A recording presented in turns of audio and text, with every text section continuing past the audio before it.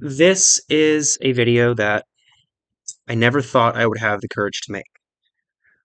Or really, one I never thought I would have the need to make. But in light of some recent events in this country and in the world as a whole, I've decided that it's time that I break that silence.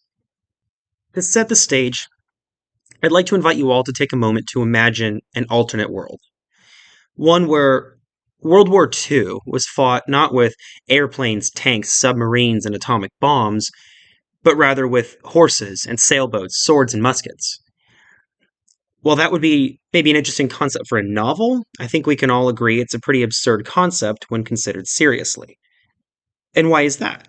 Well, the answer is simple: invention, innovation, and ingenuity. The Civil War was fought with the most advanced technology and weaponry of the time.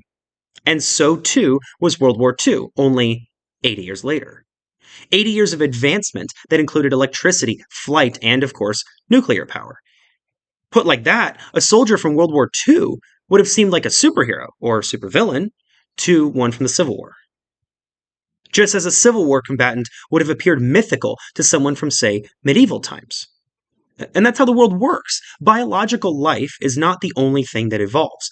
Ideologies, technologies, and even human psychologies have also evolved. So, the Civil War ended only 73 years before World War II began. And yet the combat and the battlefields were already nearly unrecognizable. Now, here we are in 2025, 80 years after the end of World War II, 80 more years of evolution. And yet there's a culture of trepidation in our world. Many of us watch with bated breath and clenched teeth as we await the inevitability of World War III. But what exactly are we waiting for? History assigns an official catalytic event to each major conflict. But in reality, no single spark is solely responsible for an entire global conflagration. To extend this metaphor a bit further, an actual fire needs three things to ignite. It needs fuel to consume, it needs an oxidizer to allow the chemical reaction of burning to take place in the first place, and it needs heat to kick off the whole thing. A spark in a vacuum does not amount to much. But add that spark to a pile of dead leaves and twigs, and you have yourself a forest fire. Same goes for wars. The factors that contribute to a war are so infinitely numerous and complex, I would suspect a very select few people in this world could comprehend or even identify them all. We cherry pick key events throughout history as sparks to help distill the surplus of information down to a consumable, meaningful level. But we do so with the benefit of hindsight, which is invaluable in this situation. When the dust of conflict settles and the curtain of obscurity rolls back, it's much easier to see an objective reality, or at least a more objective reality. Continuing with the World War II example, when you do an internet search for when did World War II start, it credits the invasion of Poland by Germany on September 1st, 1939. And as far as significant events go, it's certainly not a bad choice. But I wondered, what did the newspapers look like on September 2nd, 1939? Did all the headlines read, "World War Begins"? I doubted it. In fact, I researched the New York Times headlines from that day, at the time the largest newspaper in the United States. One article mentioned the invasion, but the headline, was it "Germany Starts New World War"? Alas, no. In fact, it was, quote, "Nazi efforts centered on preventing spread of conflict to rest of Europe," unquote. It's a bit eerie when you think about it, isn't it? Even after Adolf Hitler commanded his troops to invade Poland, the United States reported it as a preventative action, an attempt at de-escalation, not an act of war. And no fault to the American reporters. They simply told the story that they knew that day. They had no notion of what we now know about Hitler's true intentions. They had no idea how many people would die before the Third Reich fell. How brother would turn against brother, son against father. It took time for the repercussions of Germany's invasion to cascade into historical significance. It took time for the aftershocks of that invasion to be felt around the world. The true impact of that action wasn't fully understood until the war was over, perhaps even a ways after that. But here's my point in saying all of this. A lot of us are afraid of the beginning of World War III. A lot of us, me included, are convinced that that battle will be apocalyptic. We're worried about how and when the end of the world shall begin. For most of us who studied and/or lived through the Cold War, the primary threat that we perceive is nuclear weaponry. The power of a small star capable of bringing about the extinction of the human race several hundred times over. That's how we think the war will end. The last great war, the war to end all wars. But how exactly do we expect it to start? Do we really expect the first spark of conflict to be a nuclear blast? When the missiles begin to fly and the sky begins to fall, that's the beginning of the war? I don't think so, my friends. That's the end. The beginning is already past. We are already in World War III. It may take years or even decades to unravel exactly what our September 1st, 1939 incident really is, but I assure you, it's already happened. We just don't recognize World War anymore. We don't recognize war anymore.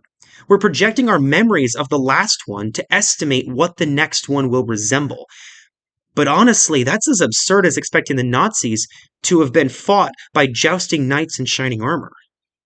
Today, we have more power than they could ever dare to dream. Just think, if any one of us visited the Greeks, the Romans, or the Norsemen of old, we would be hailed as gods, with the power of lightning at our very fingertips. Hell, even a toddler with an iPad, which is sadly all too common these days, would be revered.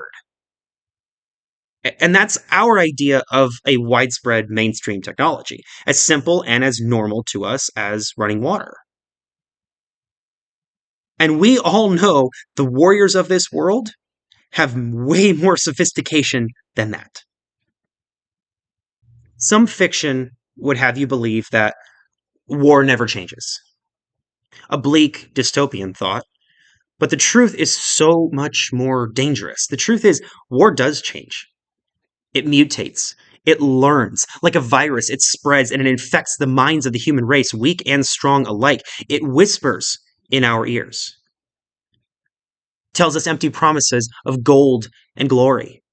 Disseminates enough fear, panic, and lies throughout the world to make people willing to kill for an ideology that they don't even understand. Note that I'm choosing to avoid commenting on specific modern or recent events. And I'd like to take a moment to defend that decision, because I did not arrive at it lightly. First of all, there's such a ubiquity of social media in this world right now. Everyone has already made every point there is to make about every conceivable event. So why would I waste my time or anyone else's saying the same thing with different words? But secondly, I don't think the specifics really matter here. Not to the point I'm trying to make, because at the end of the day, it doesn't matter which side gets hurt in a war. There are no victors, only victims. Some in the obvious way, who pay the ultimate price for their beliefs. But even those who think that they win had to take extraordinarily visceral steps to get there more often than not. Even though their fight is righteous, that doesn't make it painless. So the last thing that I want to do is incite more conflict with my words. My goal is unity rather than division. I want this video to serve as an inspiration rather than as an indictment. Thirdly, I'm not here to act out of sanctimony. And I'm not out here trying to engage in any of that virtue signaling bullshit just to make myself look good. I'm not trying to make myself a messiah or an idol in this battle. I'm not a general leading my army to glory. What I am doing is making myself a lowly soldier. I'm not drawing battle lines like many in this world like to do. Alas, that was done long, long ago, perhaps even before I was born. But what I am doing is I'm finally stepping off of the sidelines and onto that battlefield.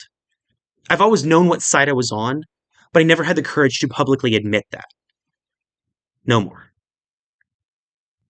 Finally, to anyone who might be thinking at this point that I am a coward for not mentioning anything specific. Anyone who may be watching this right now with the unfortunately mistaken impression that I'm being hypocritical for refusing to state my own beliefs, but then asking you to do so, please allow me to dissolve that idea. I believe in the Constitution of the United States of America. I believe that all speech should be considered free speech, no matter the content. I believe in the rights of U.S. citizens to own firearms, but not to use them on each other. I believe in the rights to life, liberty, and the pursuit of happiness set forth in the Declaration of Independence, as they apply to both the born and the unborn. I believe life begins at conception and should be protected as such. I believe in all of these things and so much more, but none more so than this. I believe in God, the Father Almighty, creator of heaven and earth. I believe in his Son, Jesus Christ, who experienced and subsequently conquered death for our sins, and in the Holy Spirit. I believe that God put all of us on this earth for a purpose, and I intend to keep fighting on his side of this war until that purpose is fulfilled. And while I respect the right of anyone to disagree with me on any of these points, I will never back down from them. I'll leave you with this. Regardless of whether you see yourself on the same side as I do or not, we all have something in common. Our enemies are unifying. It's time we did too. They fight with deceit, fear, and murder. We push back with truth, compassion, and life. A quote from the TV show Doctor Who comes to my mind. Great men are forged in fire. It is the privilege of lesser men to light that flame. I have zero delusions about being one of these great men. I am as lesser and as meek as they come. And on my own, I can't do much. Even with all, at the time of this video, 11 subscribers on this channel, I can't hold even a candle to the visibility or reach of some TikTok so-called celebrity lip-syncing and twerking. But what I can do is hold a match. One solitary light in a sea of darkness to guide others, like myself, to action. Please, join me in peaceful but unyielding action.